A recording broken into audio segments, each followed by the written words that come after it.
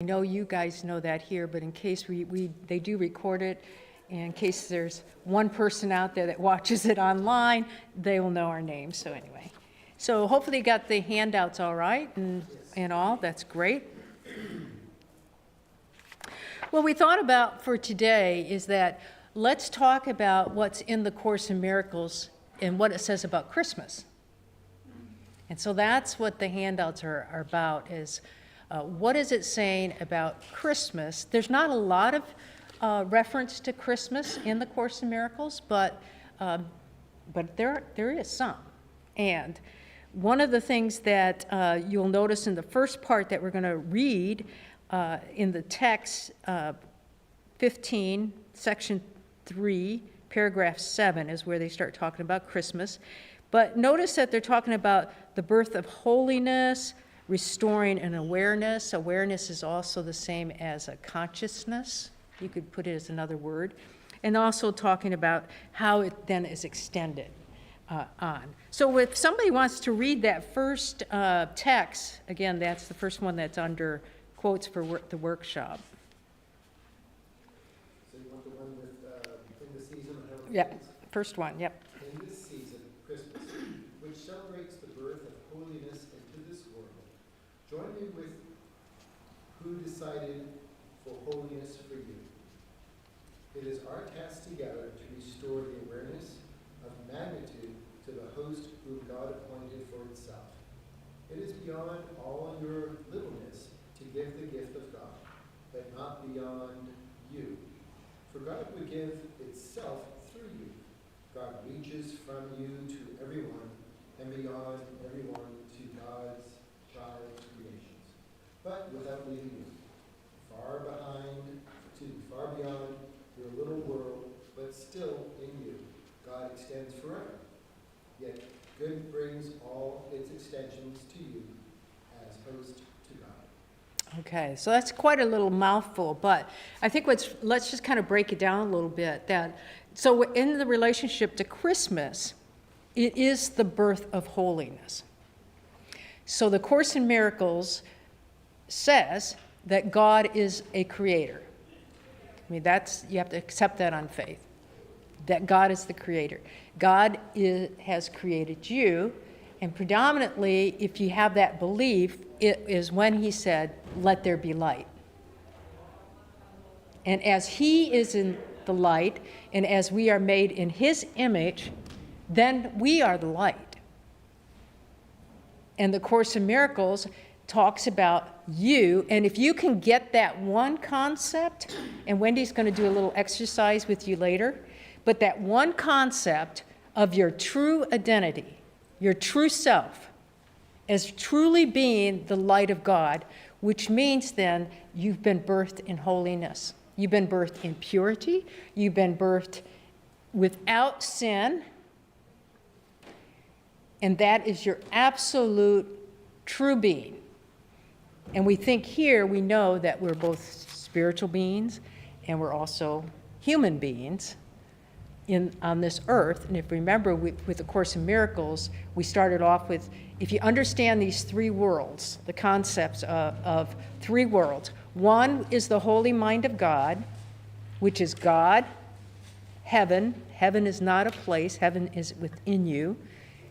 But bliss, this eternal joy, this everlasting love, peace, all the descriptions or attributes of God are also in us.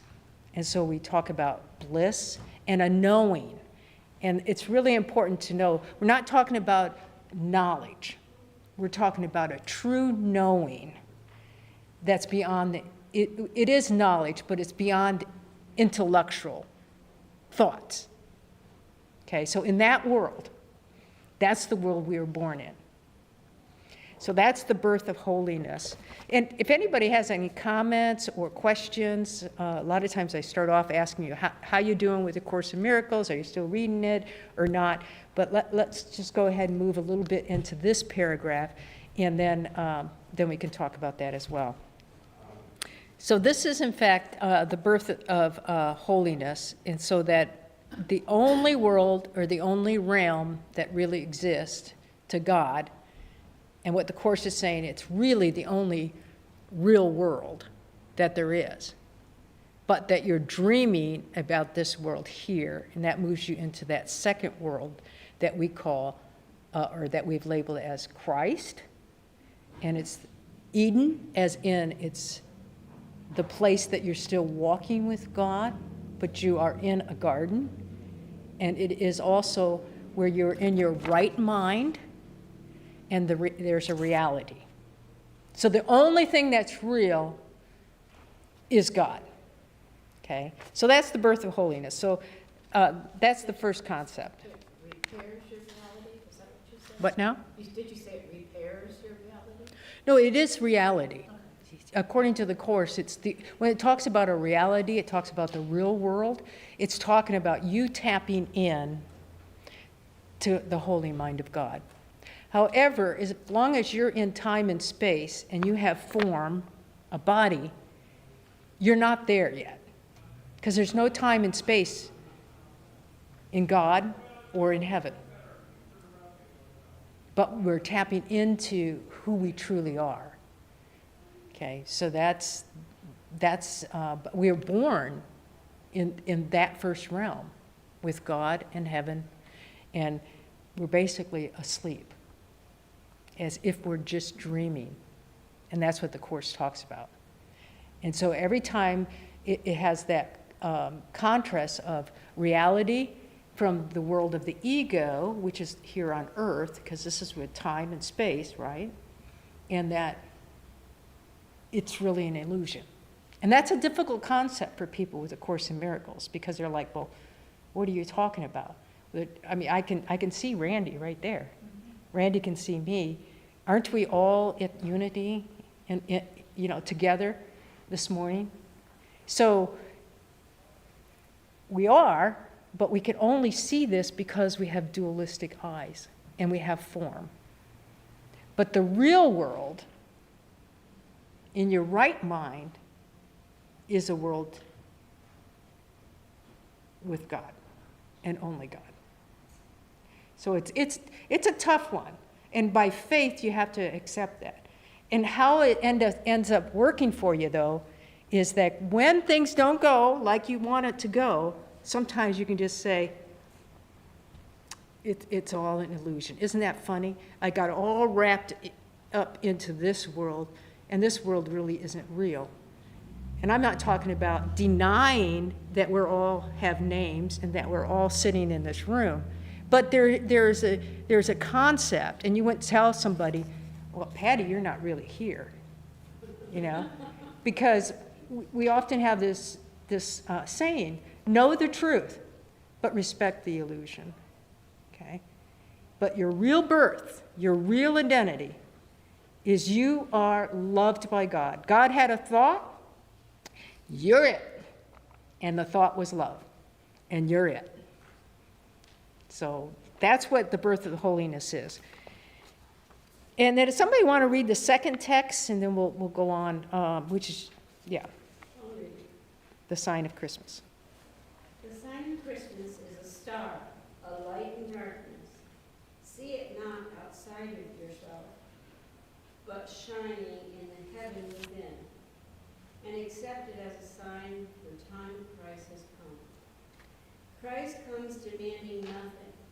No sacrifice of any kind of anyone is asked by Christ. In Christ's presence, the whole idea of sacrifice loses all meaning, for Christ is host to God. I think that's one of the most beautiful passages in the world. Do you have anything else to say about that? See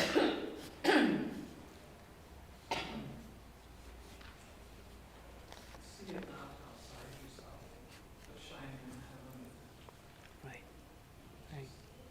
So you get that concept of the light, that you are the light, and that you are heaven, you are God. And what does this world ask of us? Always asking sacrifice, right? I mean, that's the whole, it's a world of suffering. And what the Course is saying here is the sign of Christmas, though, is the light. There's no sacrifice in God's heaven.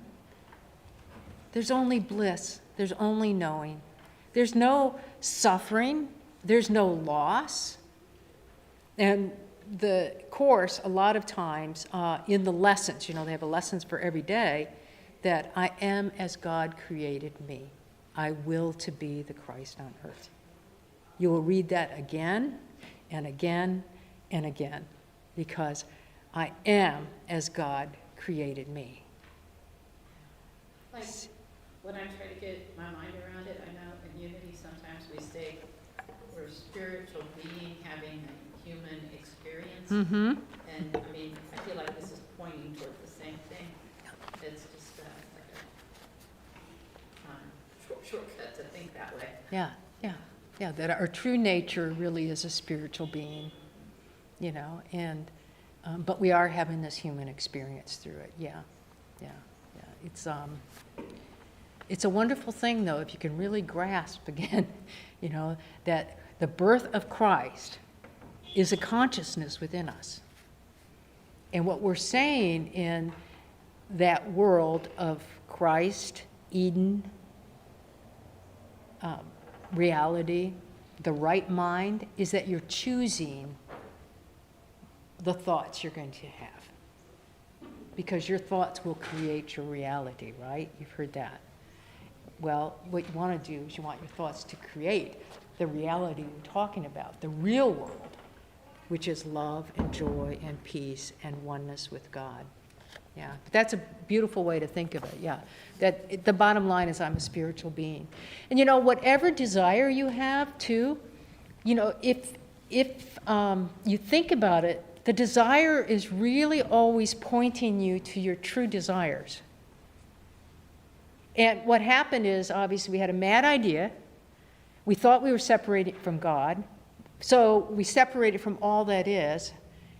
It's impossible. That's what the Course says. You can't separate from all that is. You can't, no matter what you do, no matter what sin, how god-awful you can be, and even the worst of the worst people that you may say are devil incarnates here on the earth, they cannot lose that purity and that innocence within them.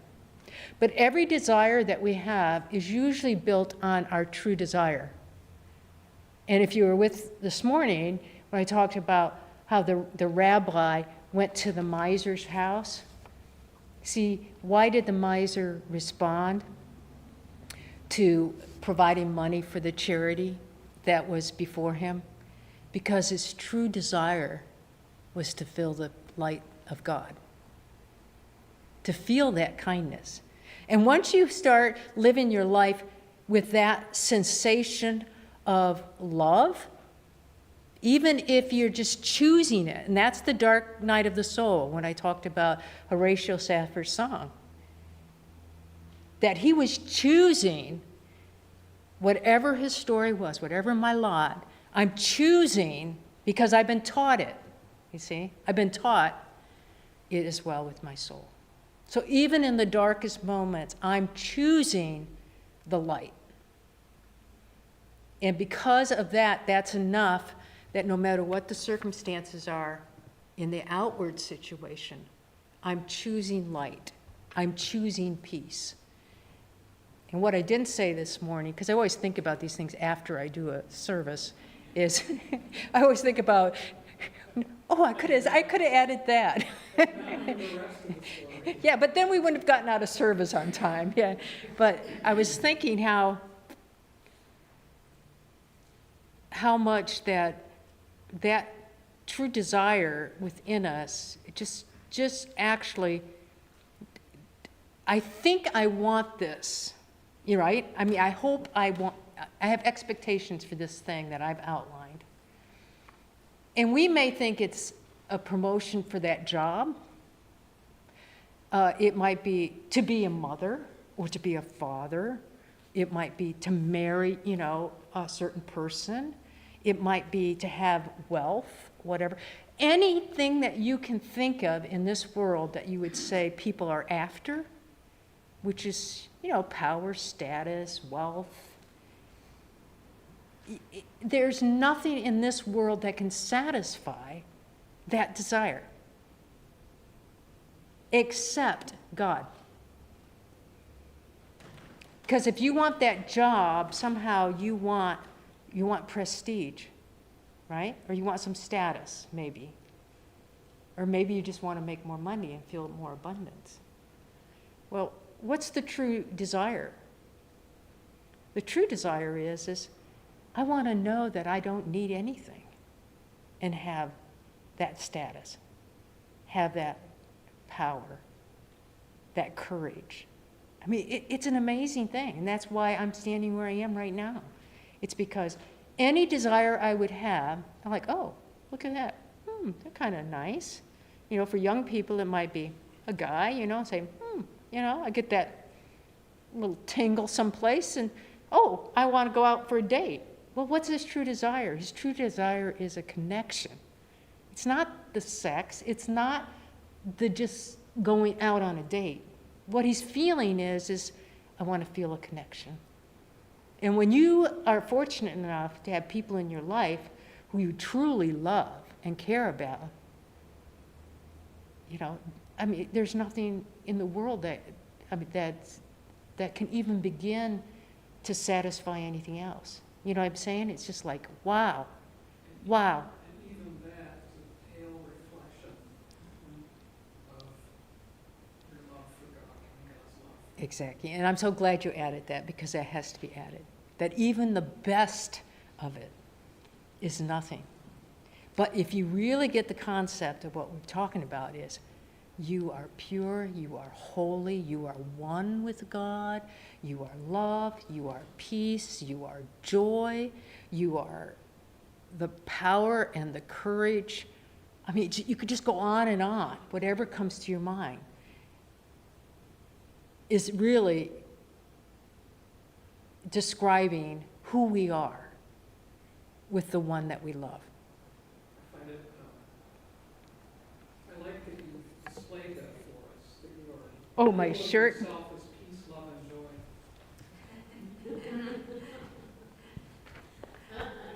It's funny when you're talking about this, it reminds me that I never thought that heaven was a place.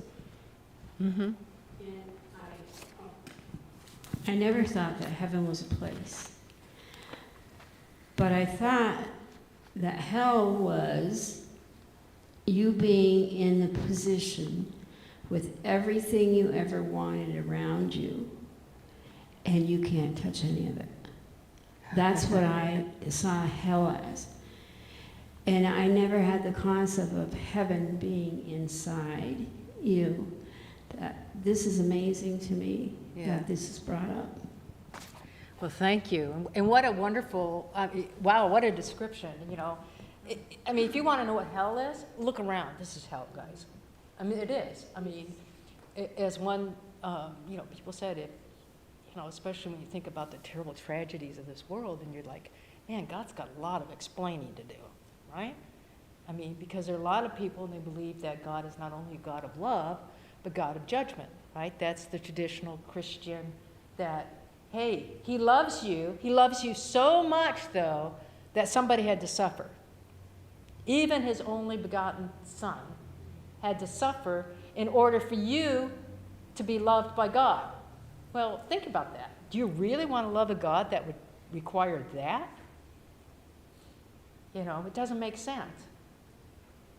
But that is because they also have that belief that, well, I'm not good enough. I'm a sinner. And therefore, I need to have Christ, and he was the only one worthy to forgive my sins.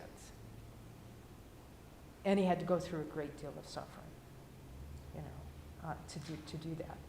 And what we're saying in the Course, and what Jesus, as he's channeled this through Helen, in writing the Course of Miracles in the 1970s, is he was saying, now I want to explain a little bit about, that people grab that whole idea about the cross and about the suffering, and he's saying that's not at all what this is about. It's not about the crucifixion, and he goes pretty lengthy references to the resurrection. that there is no death. So you think that the wages of sin is death, but there's no death. And I died to show you there's no death, and because I resurrected. So there's no wage, there's no punishment. And so people are, running from a God that loves me, but boy, he's about ready to punish me. And that's what they teach in most Sunday schools as a little kid. Like, now if you're good, you're going to be okay, but boy, if you're not, you're on the naughty list and you're going to get punished. And you're going to go to hell. But I think your description of hell is pretty good in the sense of, I have this desire. I think that these things, whatever in my mind can fulfill me, my desire, but they're always just slightly out of reach. And then what happens, say you are successful, and you can make a great deal of money. And then you're at the point of saying, but now, okay, I did that, done that, now what? There's still an emptiness. Yeah, you got a great bank account. Good for you. But what good is that if you don't feel satisfied? You don't feel like, finally, I arrived. And one after status, there's always somebody else ahead of them, right? There's always somebody else ahead of you. So you never quite, so that's what I think it is. You're always reaching, but you're finding none of it in this world that actually satisfies you. But start reaching for love, a true love, start reaching for peace. And that's why the Course goes through a lot of, if you're not at peace, then you can choose again. What's the actual wording on that, Wendy? Well, it's pretty close to this. If you're not at peace, you must have decided wrongly. There it is. Right. Therefore, choose again. Just choose again. Yeah, Randy? Good. When I put myself in hell, notice that I am holding God at bay. I refuse to allow myself to be an emotional, vibrational match. I allow myself to be a vibrational match that is discord, not in unity with God when I think I'm in hell. I can feel anger, rage, and a range of feelings that I do not associate with God. I know that when I'm in line with God, when I'm in heaven, I'm joyful, accepting, blessing, loving. The list would go on those types of terms I would use to describe God. But as I said, when I find myself in hell, my emotional state is very intense, and it's me holding God at bay. Right. God is always saying, you're always welcome. But if you want to hold yourself in a state of disarray, so that you're no longer in alignment with this essence of who I am, you have free will, you can go ahead and do that. And when you're done being tired of holding yourself at bay, I'll still be here with open arms to say, come on back. Beautiful. Absolutely beautifully said. Yeah. Yeah, nice. Okay, so, Pam.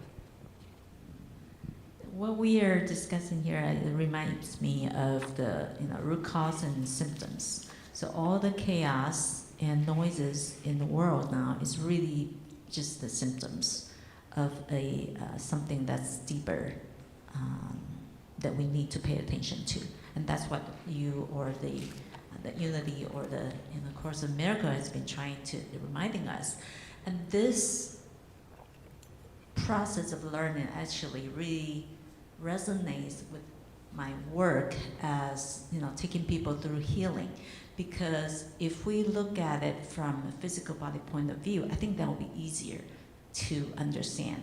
When we look at all the physical symptoms, most people immediately associate it with disease. Disease is something uncomfortable. It's something need to be get rid of. In fact, all those symptoms are actually the body's way to asking for love. Beautifully said. And so the root cause is not on the symptoms. The root cause is how you go back to your own healing ability, finding that your body is equipped with all the healing ability when you were born, and try to reconnect with that, just like how we try to reconnect with the God through spirituality. And it's the same, the physical body is just part of the spirituality or the bigger universe. So that kind of it gave me this realization that these two parts are actually never separable. And if we can look at God in a way that it's a path for us to look deeper into the symptoms they're experiencing, then we can really take care of our body that way too, because it's the same. Physical symptoms are just symptoms, and then there's always root cause. I don't know if I say, articulate myself enough, but it's going to give me that realization. Oh, I think that was beautifully said. And absolutely, most of the symptoms that we would have, with whatever dis-ease we would have, it's usually telling us something in the spiritual realm. So it's kind of very similar to whatever desire you have. If you're honest with yourself, the deepest true desire is always a connection back to God. It's what you're saying. It's no matter what else I'm feeling, when I do that, then I know I'm keeping God at bay. And because my truest desire of really feeling a complete bliss, happiness might be a way of saying it, peace, no matter what, the true desire is that kind of connection. And it's interesting because the physical body is telling you what your spiritual needs are. Do you find that? Yes. Yeah, I think that's another way of saying what you were just saying. And, the person that, for me, who wrote Heal Your Body, remember Louise Hay? Some of you are familiar with the Hay House. When she wrote her book, Heal Your Body, she was the first one to kind of outline and saying, hey, if you've got this certain thing going on with you, it's probably because you're feeling disconnected to God in this way. And here's an affirmation to help you.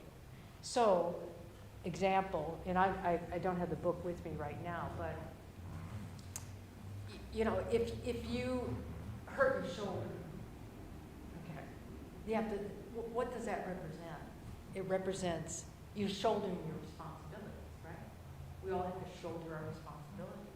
So if you've hurt your shoulder, maybe in some ways, you're feeling too much of the burden of your responsibilities, or you're not shouldering the right kind of responsibilities. You see what I mean? So that's kind of like, so if you're willing to look at what's going on with me, enough to say, oh, okay, I've got this red rash on my body. I've just broken out with it.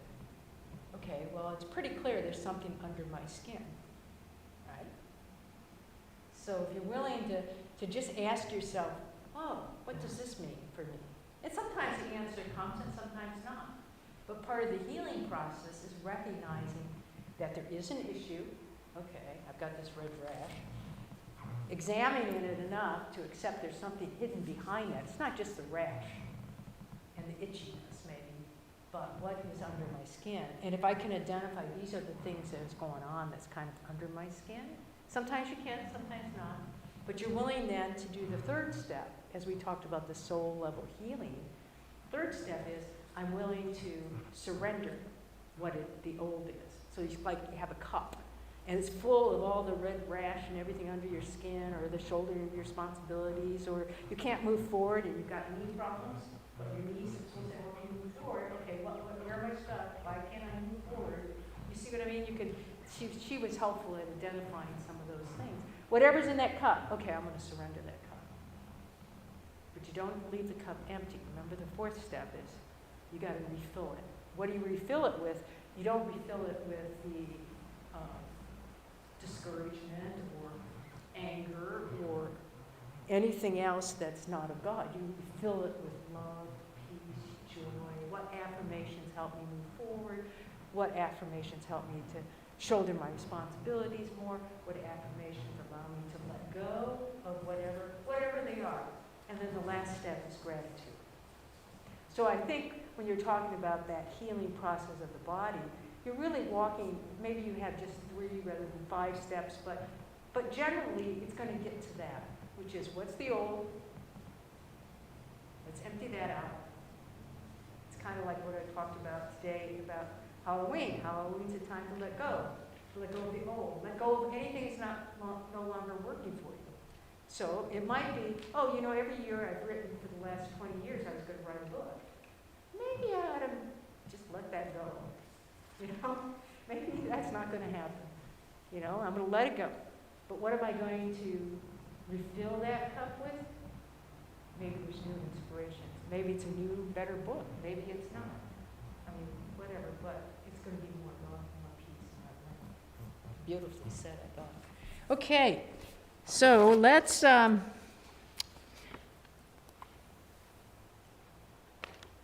think we want to read, and you need but invite Christ, text 15, section 6, paragraph 2 in the course. Somebody want to read this? And you need but invite Christ in, the third one.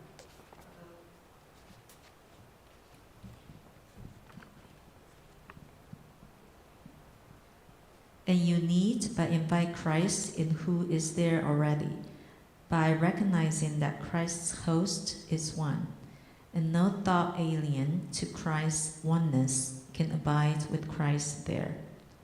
Love must be total to give Christ welcome, for the presence of holiness creates the holiness that surrounds it. No fear can touch the host who cradles God in the time of Christ. For the host is as holy as the perfect innocence which Christ protects, and whose power protects Christ. Okay, so you need but invite Christ in. So you have to restore that consciousness back into your life, is what it's saying. That's what Christmas is about, restoring that consciousness. And what is that consciousness? It's what we were talking about, that you, at one point, nobody can quite explain it, but you're with God and you're blitzed out. But at some point, what the Course says is you had a tiny mad idea. It's the same as saying thoughts, right? That's what ideas are. You had this thought, and your thought was, what if I was separate from God? A ridiculous, laughable thought. And the Course says, and you forgot to laugh at that moment. And if you had just laughed and said, oops, silly of me, here I am, then you'd be back in the consciousness of God. But you didn't. You, as in all of us, we didn't.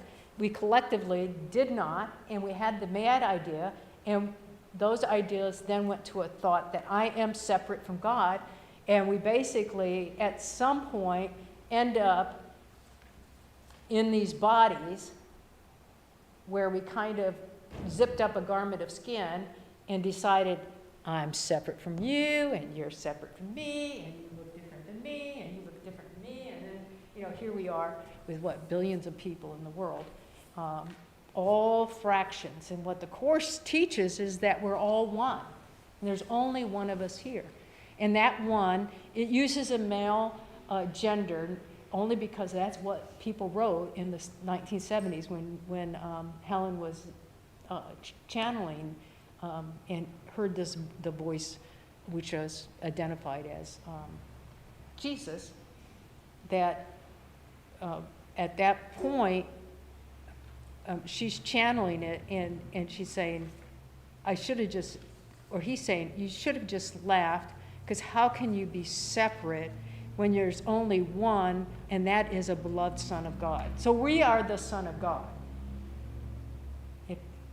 For me, sometimes it helps me to think of, just for me, as a child of God. I just think a child of God because I think of the Creator. And even though God does not have hands, the Scripture, and even through the Course, sometimes I'll say, you're supported by these hands, or, I talk about, only so that we can relate to God in a very relatable way. But we are the one, and there's only one of us here. So that's the other concept of the Course, and it's coming out here, even in the Christmas passages that you're created by God, you're pure, you're innocent, there's only one of you there. This mad idea ended up being really a thought that you're separate from God. So you kind of edge God out, as Wayne Dyer used to say about the ego. The ego then was created by us, and the ego then becomes the one that we give power to. It actually has no power at all. And once in a while you hear people say, well, your ego, you should embrace it and it should be your friend. The Course really doesn't do that, I don't think. The Course is pretty clear. It's not your friend. But I understand why people would say that, because you see, you're in a form and you're in a body. And if you didn't have that ego in you, you couldn't have that form, you couldn't have that body. So the ego is the one that gets you in the car and keeps you on the right side of the road, in a way. But don't ever think it's your friend. I don't know if you have anything to add to that, Wendy. You're kind of looking at me like... Well, the Course says the ego's out to kill you. Exactly, exactly. Most assuredly not your friend. Right, exactly, exactly, right. But there is a thought that the ego is your personality. The ego is what makes you distinct, and that's a good thing. And ultimately, it's not a good thing, because that's what's separating you Exactly. from your direct awareness of God. Exactly. Is believing that you're separate. Right. And part of what the Course does is it wants to get you to a point of you recognize when you're seeing somebody else that they are you. They could not be there unless you thought them to be there. There's only one. All the thoughts are coming from you as one. So people are basically playing out your thoughts. But we have collective thoughts too, and that's the worst of the world. Yeah, participating in a drama. Like, we participated in the drama of COVID. Yeah, collectively. exactly, right, right, Not that I wasn't happy to get my vaccine or right, not be sick from it, but. right. And if we had a consciousness, if all of us had a collective consciousness that we couldn't be sick, there'd never be a disease, right? I mean, there wouldn't have been the pandemic. The same thing with climate change. If we all had the consciousness of peace, we wouldn't need the weather to tell us that we're in a storm or that we're, ruining the earth, you see. So, I mean, everything that's playing out is from your thoughts and the consciousness and ideas. So much so, that mad idea, look at what you created. Talk about the power of creation that you have as an attribute of God. You think you can create? Absolutely. Look what you did. You created this. Co-creation. Right? You have a thought? No? Randy? So going back to the ego thought, I agree that we tend to associate the ego with the physical body, and we can have disunity work to our advantage to teach us that you can have disunity, look at it, learn from it, and then also remember that it's a tool.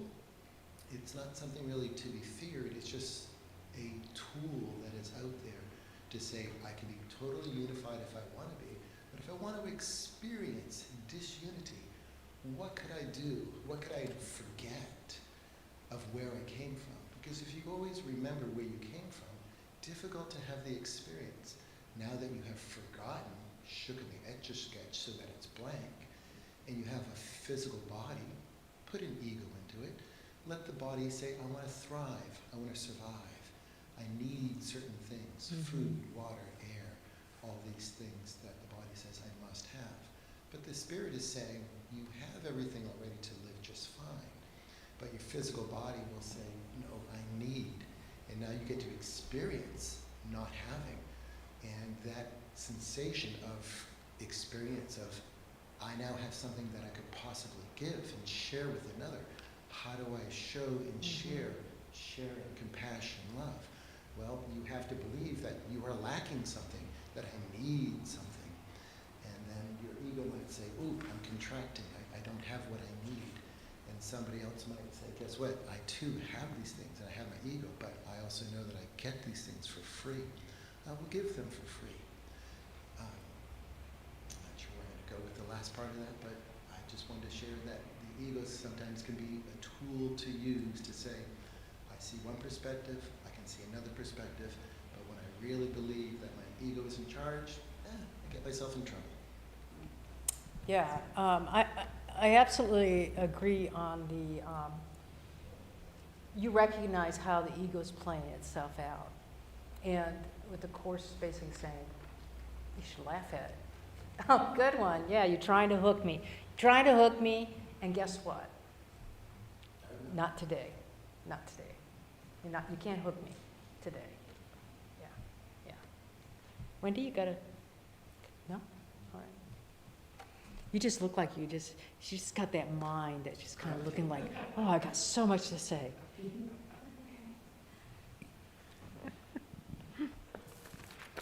You want to say something, don't you? Did you see that? You see, yeah. She raised up the mic and then. Oh, okay.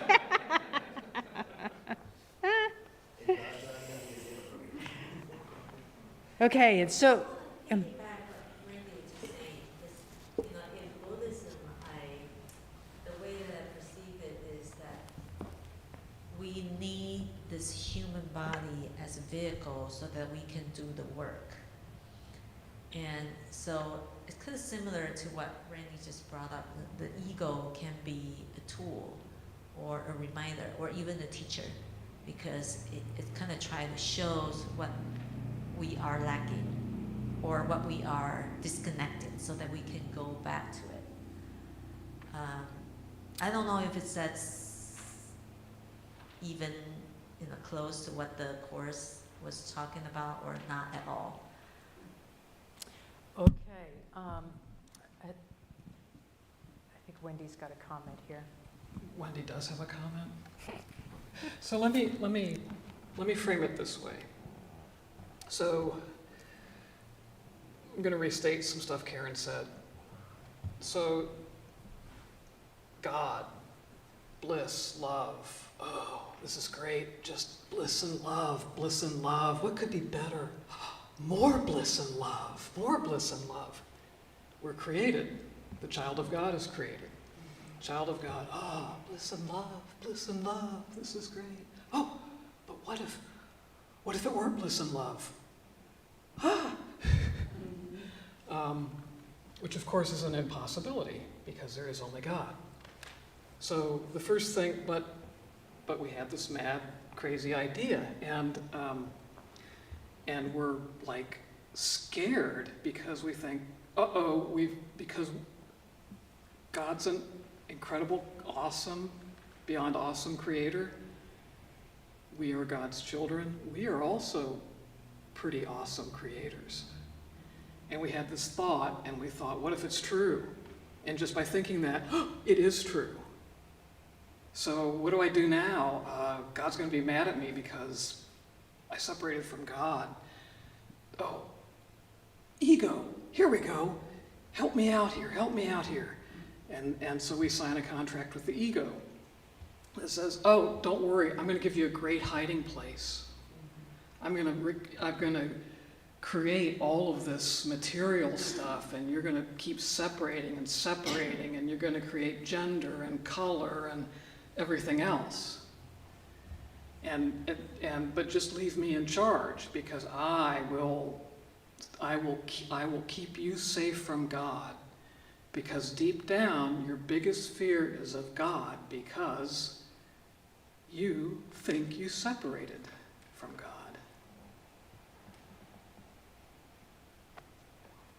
And that's what the Course, that's how the Course looks at it. And the ego is brilliant and creative because we are brilliant and creative. And so every time you start to overcome the ego, where you do something and you feel guilty about it, or you feel unworthiness, or whatever it is you're feeling, The ego is saying, oh, don't worry, you don't have to feel those things. Let me project that out for you. Let's get that out of you.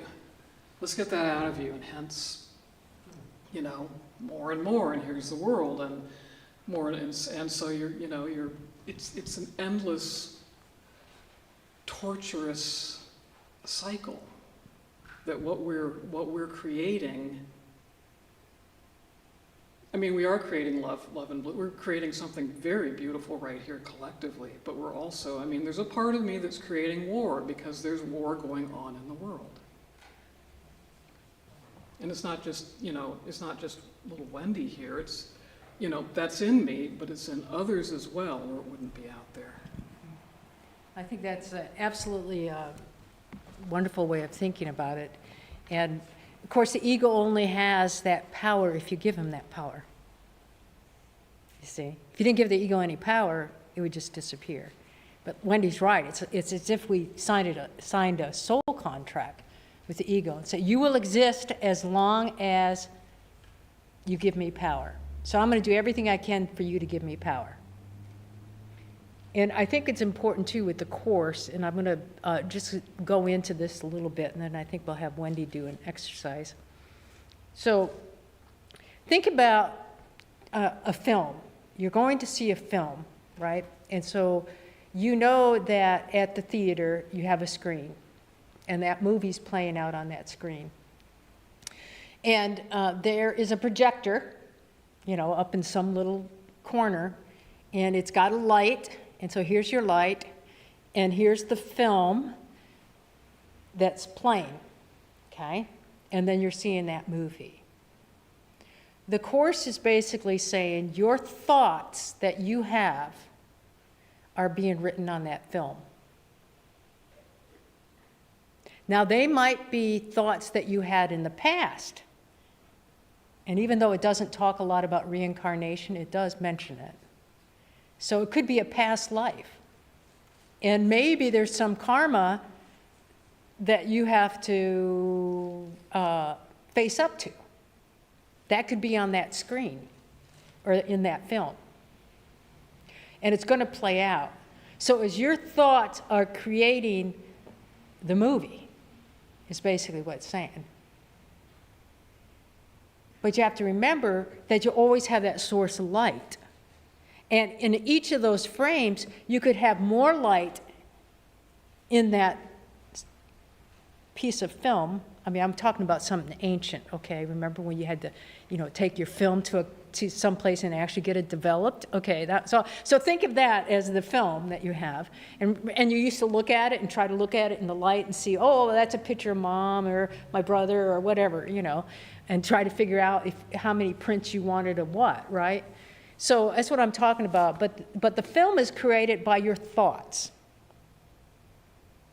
And like I said, it might not be a current thought, and you thought, wow, I have no idea why on this screen, all of a sudden, which is playing out, I'm in a car crash.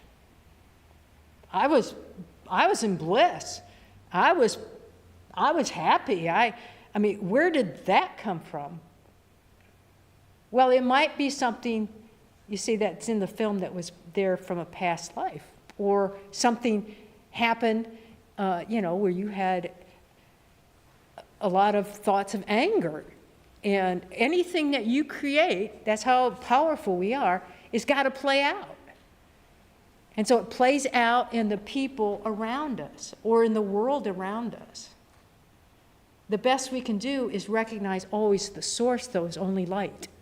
You see, the ego is the one that you have the film because of the ego. If you didn't have the ego, you would just be the light. You'd only be part of the source. You see? And so that's where the best we can do is recognize what thoughts, what ideas I have that are playing in my mind. So that's when we're talking about restoring awareness of the Christ within us, the Christ consciousness, it's a Christ mind. What we're doing is we are rewriting our story so that our future won't have those things played out. But as I mentioned this morning in the service, Horatio Spafford had a lot of things playing out in his life at that point. And the dark night of the soul that we go through, it just means that we don't feel that connected. We just don't feel the divine connection. That's what makes it dark. And all we can do is bring the light in as best we can, bring that light in. But everything that's playing out may have nothing to do with what he's doing in this life. You see, it may have been something else in a past life. You know, and there are people who, in the Course is kind of quiet about this, I think, but sometimes they'll say, if you haven't worked out your issues in this life, don't worry, you're coming back. The difference is usually you play them out with the same people. But rather than you be the wife, you're going to be the husband.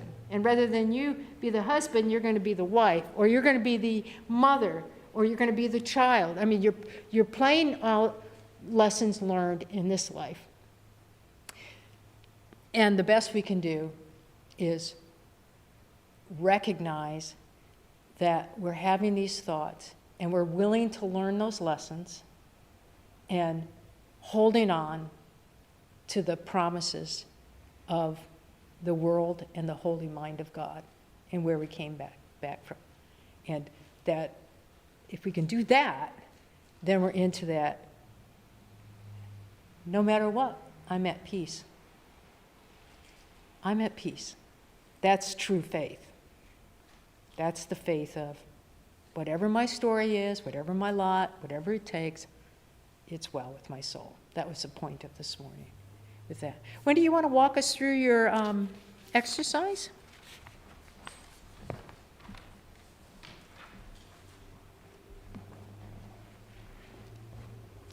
Can you hear me okay on this? Or should I use this as well? Okay. My voice is a little softer, so you get blasted. So just to take a step back, when Karen and I are talking about the ego, we're talking about it strictly how A Course in Miracles lays it out. That's not to say that the definition of ego in Buddhism is wrong by any means. It's just this is a particular and pretty unforgiving definition of ego. Okay, so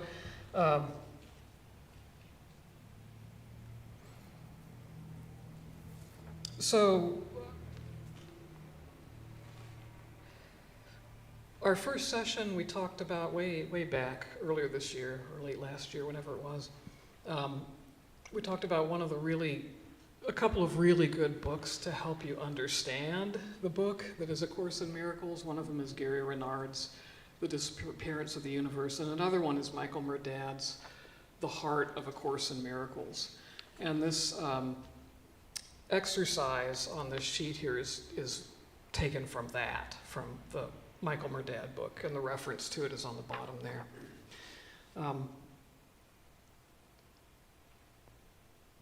And it's, I'm not really sure why it's called an exercise. Well, at any rate, so we're talking about innocence, and innocence is really the Christ within. The Christ within, the innocence within us has never been blemished or tarnished or done anything wrong or been punished in any way. Now that's not the ego self of us. I've certainly made mistakes and done things wrong, certainly been punished, certainly have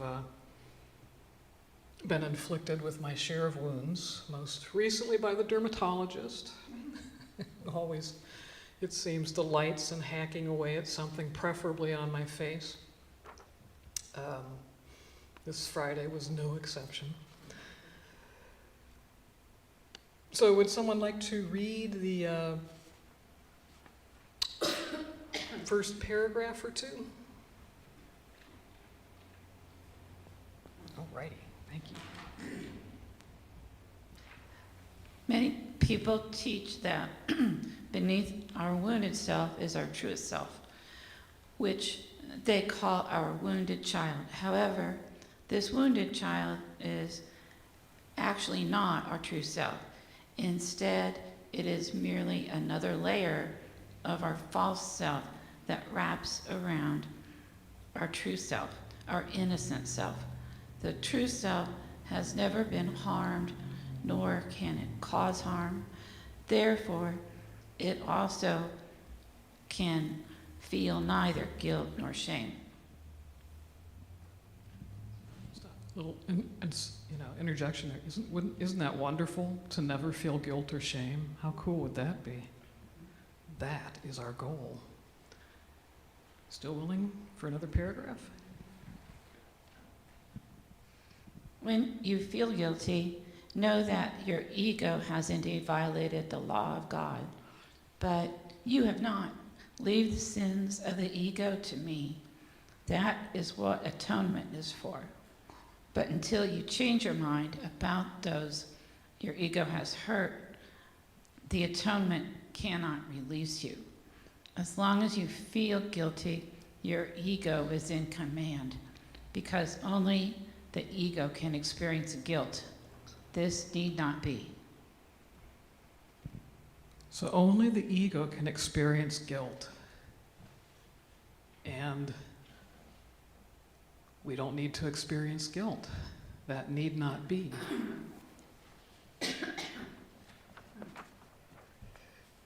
Any thoughts on that? Kind of maybe a bit of a challenging concept? Well, I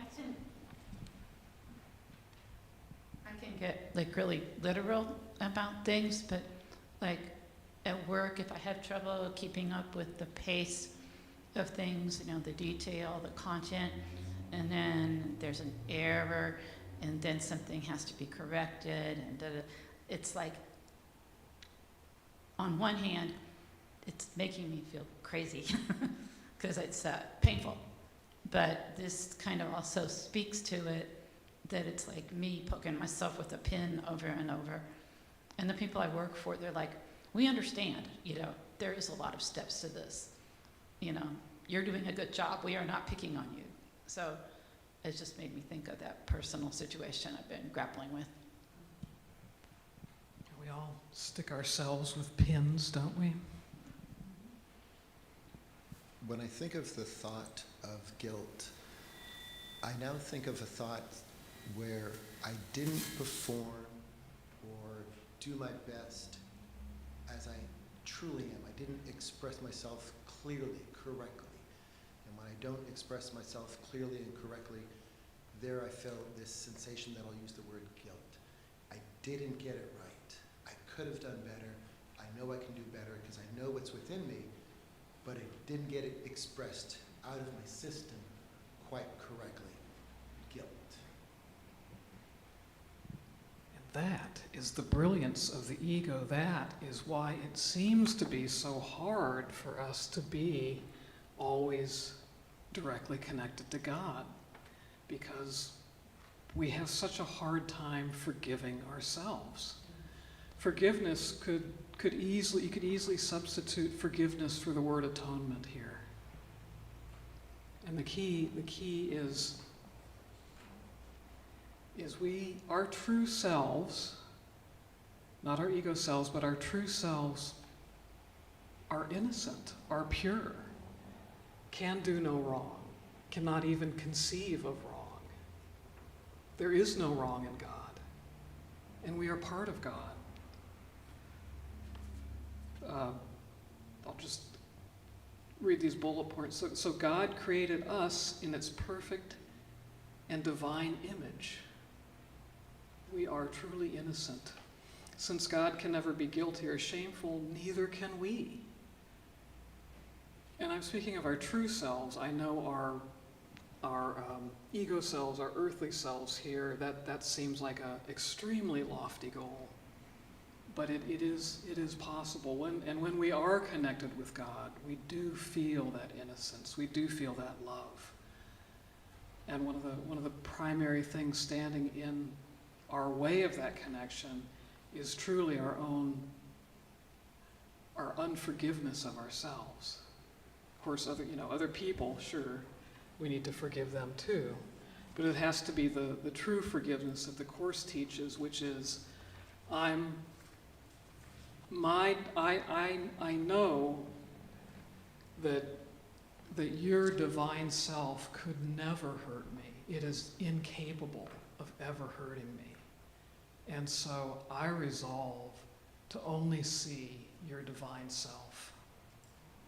I resolve only to see the divine in you, and you, and you, and you, and you, and you, and you, and you. And when I'm in that state, when I am looking for the divine, when I am enabling that in myself and in others, then there will be no need for forgiveness. We will not. We will not need to be judged. We will not need to judge ourselves. We'll not need to judge anyone else. There's only going to be love and bliss, bliss and joy, bliss and joy. Therefore, we are all innocent of all judgment that can ever be placed upon ourselves by anyone, by ourselves or anyone else. Furthermore, since only God is real and God cannot harm or be harmed, then it must be true that our divine innocence can neither cause harm nor be harmed, meaning that we always remain innocent. This innocence might be absence from our sight when we choose to experience guilt and shame, but innocence is always with us, so we can choose it once again.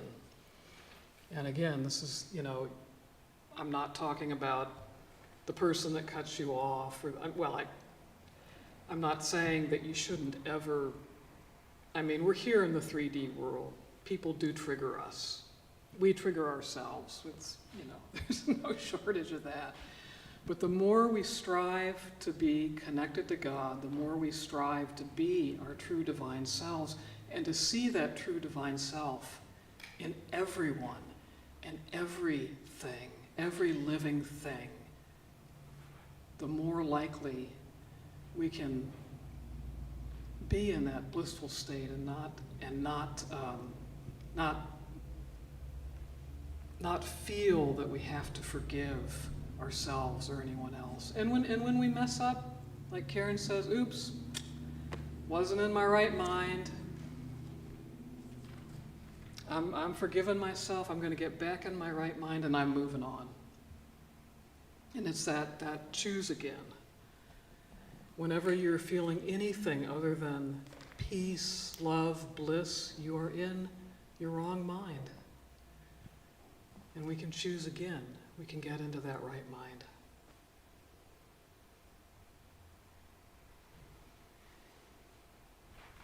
Questions? Comments? Everybody got that? Okay, good. Yeah, absolutely. I don't remember where this one came from, but there were two thoughts I have. That in the book Illusions, they talk about the movie projector and that everything that's happening is an illusion. So your thoughts are the film, your mind is the projector. This Earth 3D environment that we have is the screen. And we're just running our thoughts and we're projecting them with our mind onto this Earth 3D screen. And none of it is real. And that's okay. We're just out here to experience these things of who we are and who we're not. And it's okay to experience who you're not as well. It helps you define where the edges are, shall we say. One of the other lines in the books was basically, every conclusion is an illusion.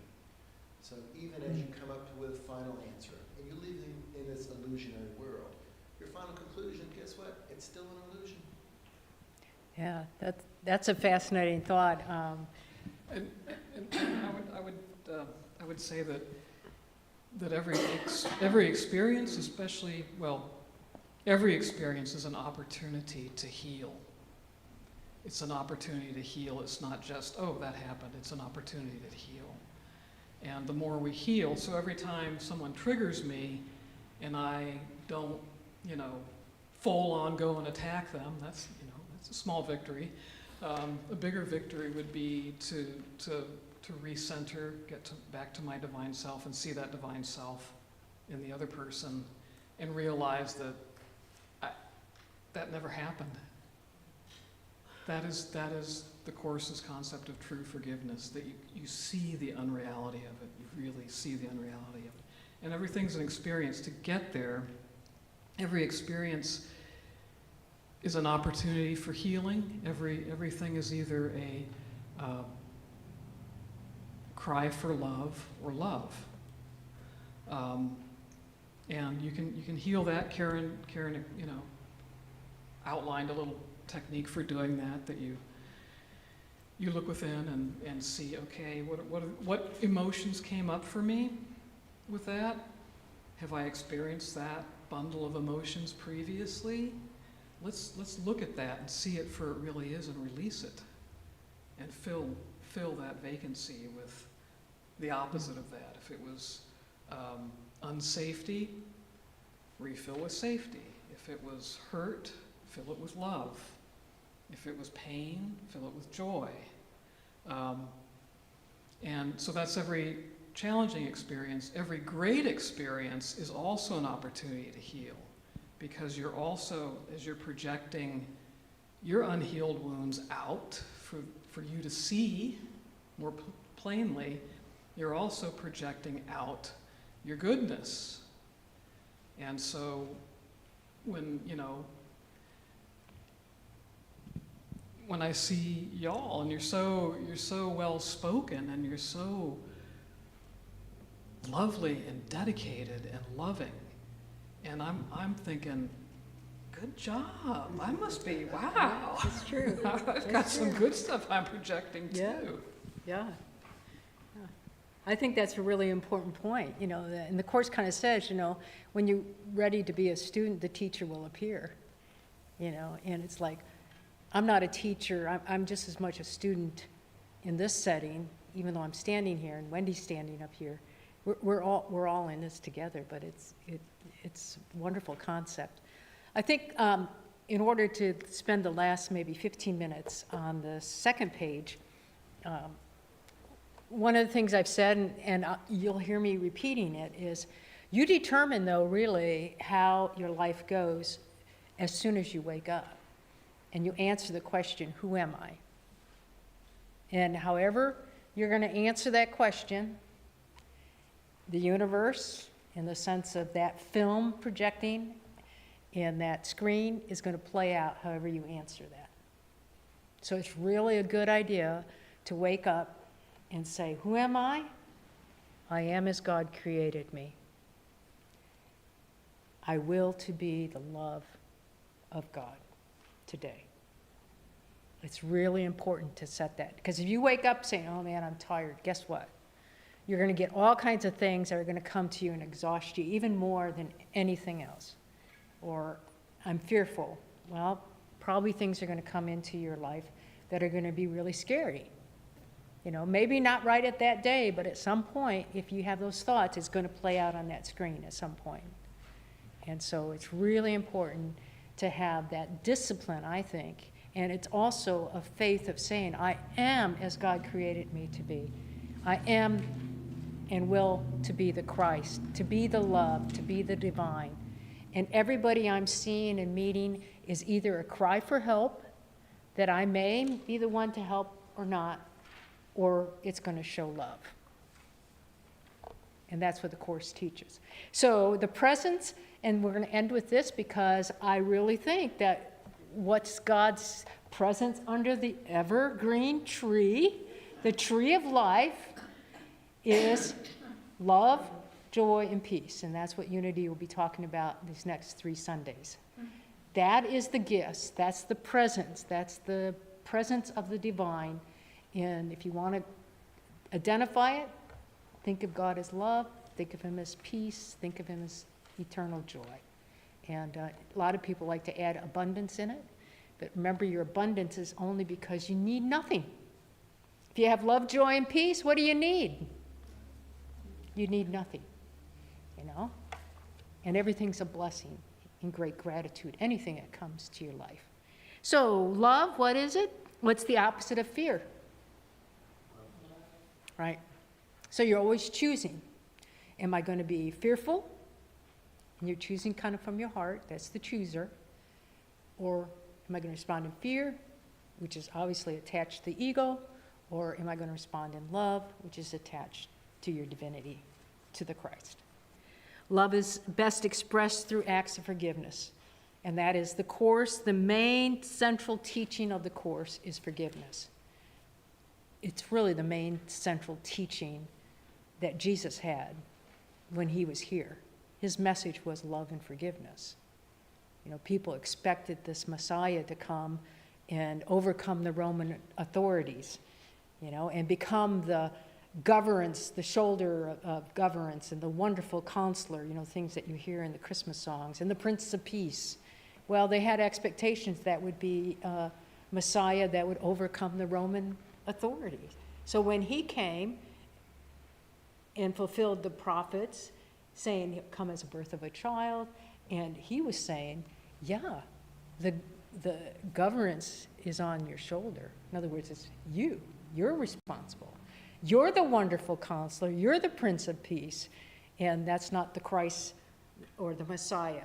And therefore the Jewish people still wait for their Mashiach, which is their Hebrew word for Messiah, and why most of them rejected Jesus at that point. But I digress. His point was love and forgiveness, though. That was his message. And how much do you forgive? Scripture says 70 times 7. Because the disciples asked, how much do you forgive? And they said, 7 times? How much? And he's 70 by 77, meaning endlessly. You just keep forgiving, keep forgiving, keep forgiving. And it is a key. It's a key to the love and the happiness and the peace that we have. And I just wanted to interject something. It's okay if you can't forgive. It's okay if you can't forgive all of it.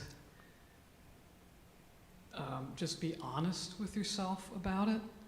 And, you know, I was working on an issue this morning, and I realized, you know, I'm ready to forgive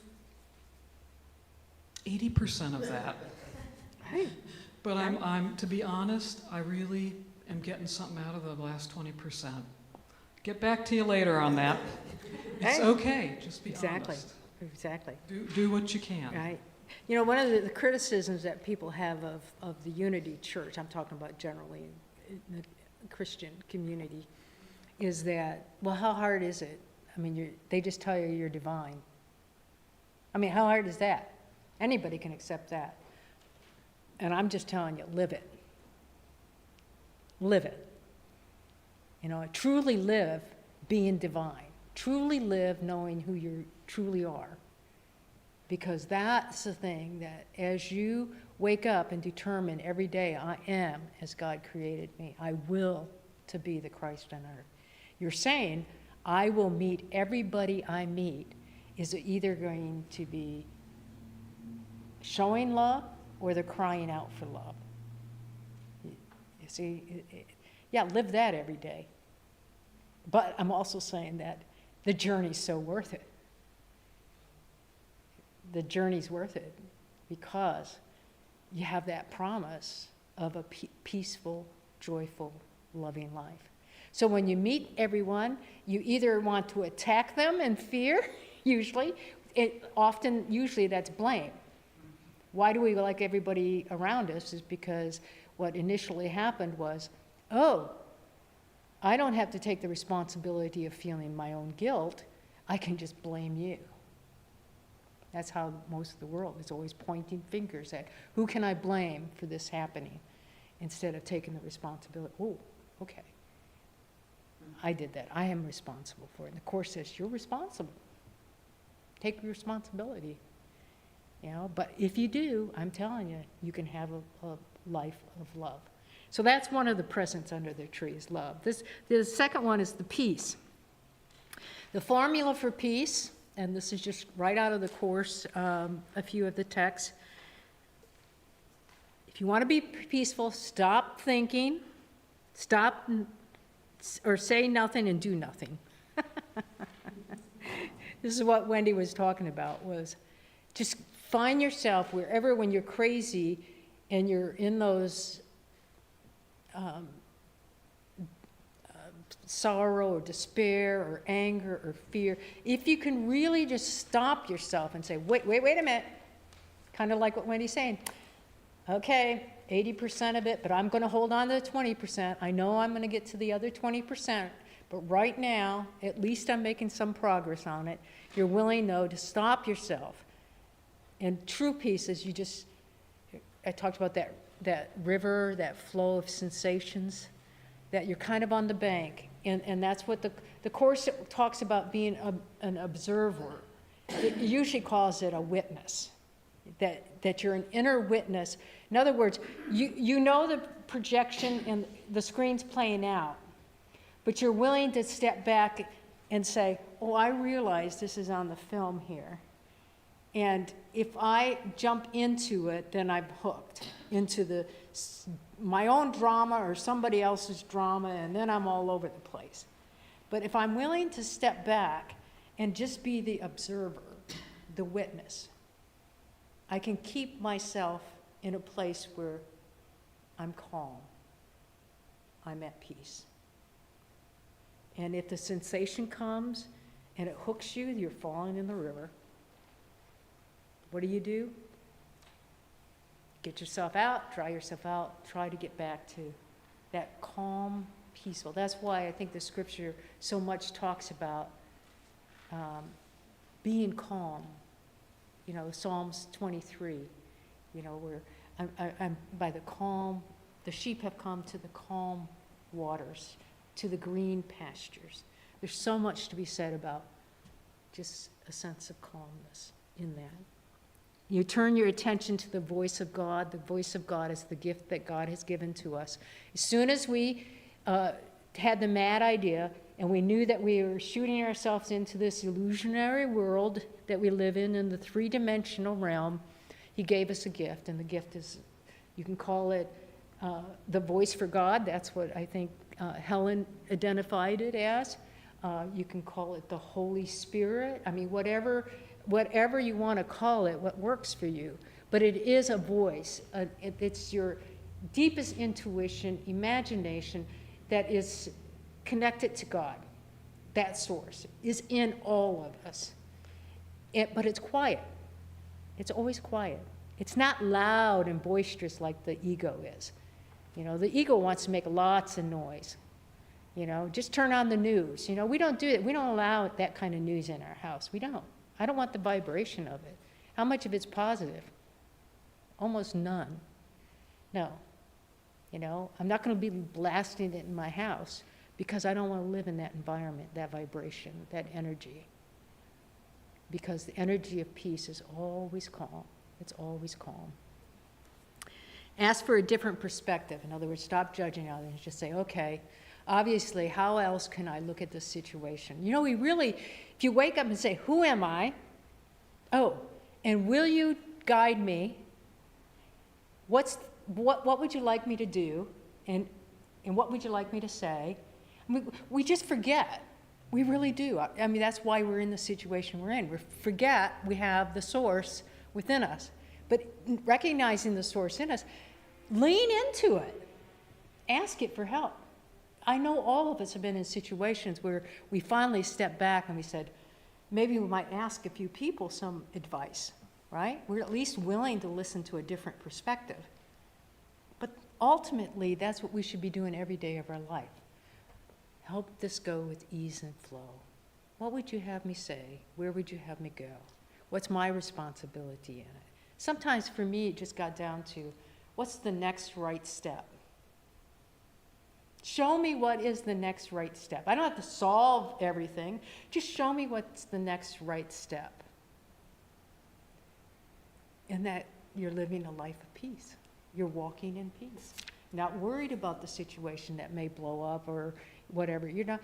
That's all control. You can't control any of that. What you can control is just help me have the next right thought. That's that voice. That's what gives us that peace. And is there anything here that I need to forgive? And I loved it that Wendy said, too. She talked a bit about, because the Course talks about these levels of forgiveness.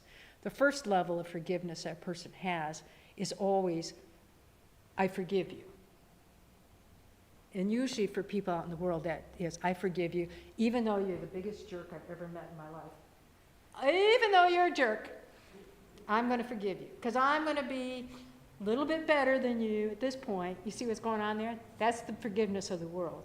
What we're talking about is truly a forgiveness of others that has to come back to the second level, is forgive yourself.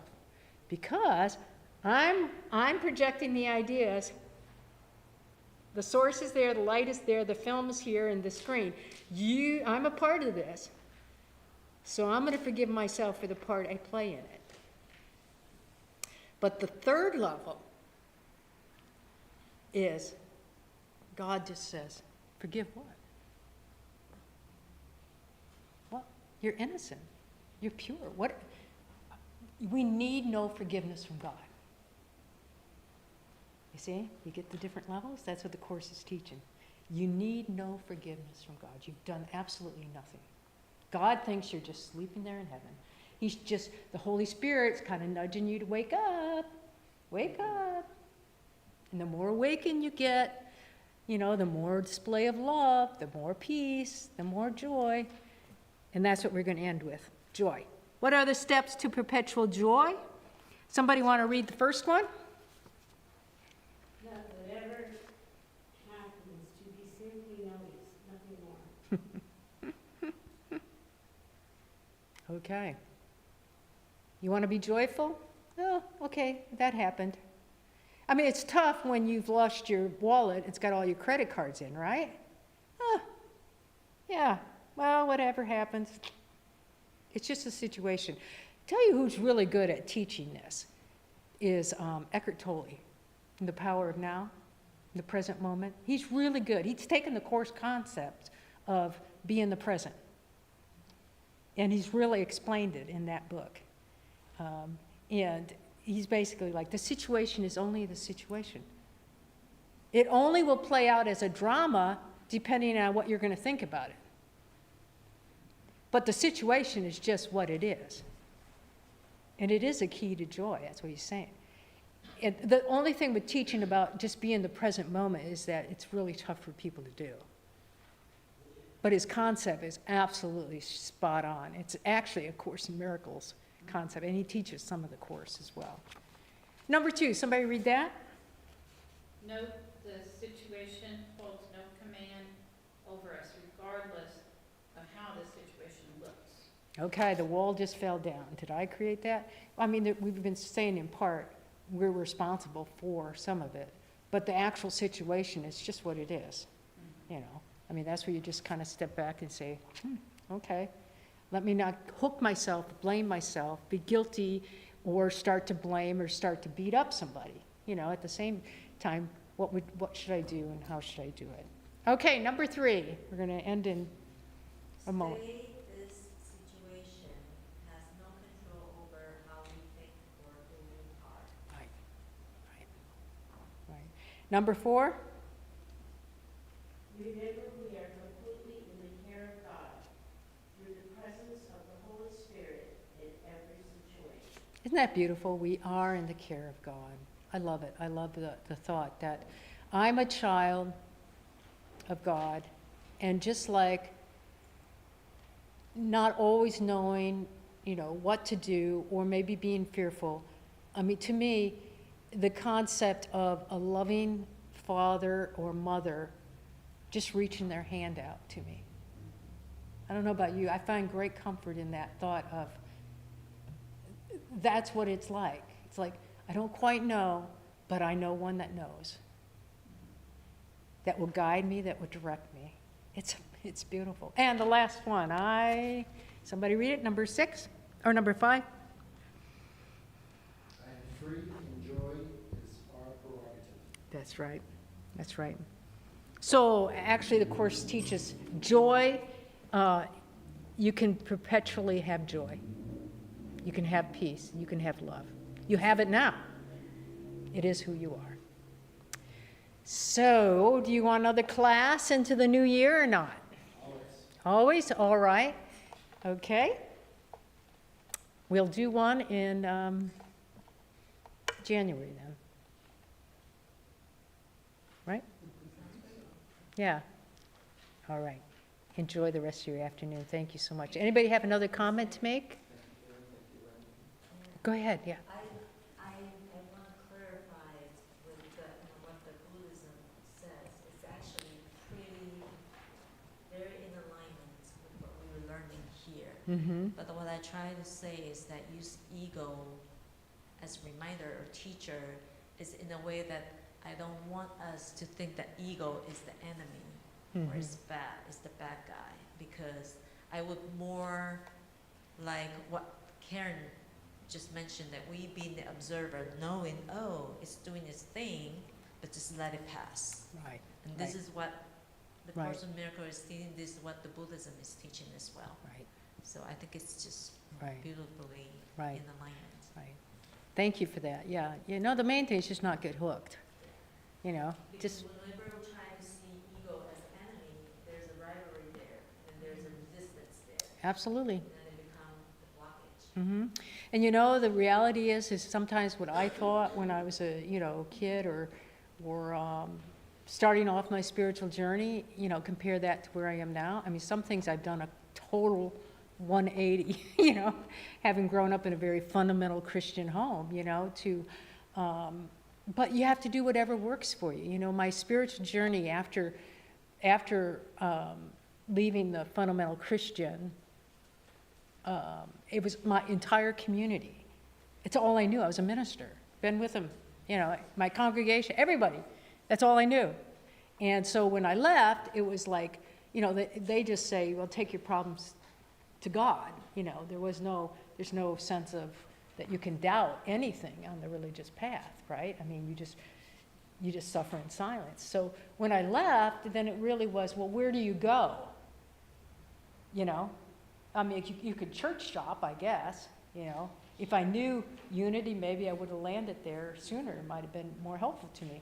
However, what I realized in that journey was I started to look at, like, the Four Agreements, that book, you see, and then started to, Louise Hay, that's a good example. So I'm thinking about some of those books, like now I put those aside, but at that moment, at that time, wow, that got me actually enough that I never really left my spiritual journey, but I realized, because to me it was either that or nothing, because see, that's what they teach you. Their way is the only correct way. Everybody else, right? Their church, this is it. And so everything else is, they're heretics, right? Or they're heathens or whatever, and then to see all these different paths that eventually brought me, obviously landing on the Course in Miracles, which to me works for me. But, I'm saying it's like whatever works for you at that time. So if there's something in the Course and you don't quite get it, don't worry about it. Just find something just go with what works for you, because the Spirit is working on it. And you may or may not change your mind about it through the rest of your life. It doesn't matter. It doesn't work for you, and it doesn't get you closer to God. And the Course is pretty clear that it's not the only way, but it's Exactly. it is one of the shorter ways. Right. It says, hey, it took you, thousands of years to get in this mess, and basically says you're going to take thousands of years getting out of the mess, but this is a shorter path. So in that, I have a question. I know every one of us has our own timing for awakening. What do we do to kind of facilitate the people that are in our life that are so caught in the challenge or so